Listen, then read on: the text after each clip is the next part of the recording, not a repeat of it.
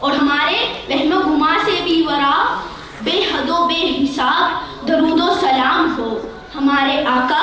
محمد مصطفیٰ صلی اللہ علیہ وآلہ وسلم کی بارگاہ بے کس پناہ میں، جنہوں نے اصحاب کا نجوم اور اہل بیتی کا سفینۃ نوح کا مژدہ جاں فضا سنا کر توحید کے میخاروں کو لازوال و جاں ودا بادہ عشق و مستی سے سیراب کر دیا۔ صاحب صدر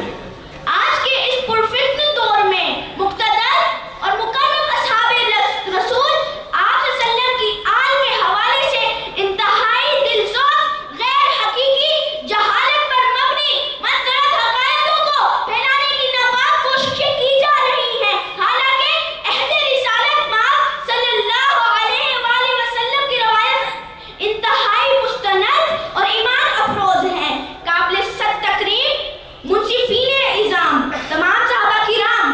اور اہل بیت رسول بائیں گہری محبت اور عقیدت کو ملحوظ رکھتے تھے، کیونکہ ایمان کے نور نے ان کے دلوں کو حسد، بغض اور نفرت جیسی ایمان سوز قدورتوں سے پاک کر دیا تھا۔ ان نفوس قدسیہ میں سیدنا صدیق اکبر کی شخصیت سب سے زیادہ بلند و مرتبہ و مقام کی حامل ہے، جنہوں نے آل رسول کے احترام میں اپنا سب کچھ قربان کر دیا، اور آل رسول نے بھی ان کی عزت و توقیر کی ایسی تاریخ رقم کر دی جس کی مثال ملنا ناممکن ہے۔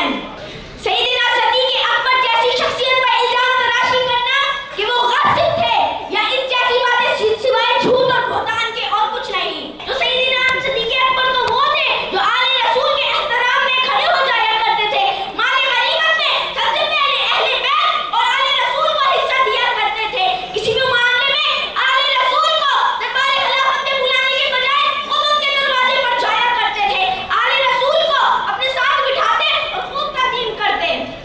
معروف روایت جو حضرت عقبہ بن حارث سے مروی ہے کہ ایک مرتبہ علی المرتضیٰ اور صدیق اکبر نماز عصر پڑھ کے باہر نکلے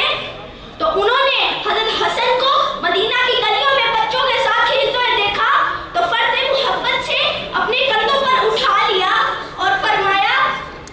میرا باپ ان پر قربان ہو، یہ تو بہت زیادہ نبی کریم صلی اللہ علیہ وسلم سے مشابہت رکھتے ہیں، اے علی یہ تم سے مشابہت نہیں رکھتے، جبکہ حضرت علی آپ کے پاس کھڑے مسکرا رہے تھے۔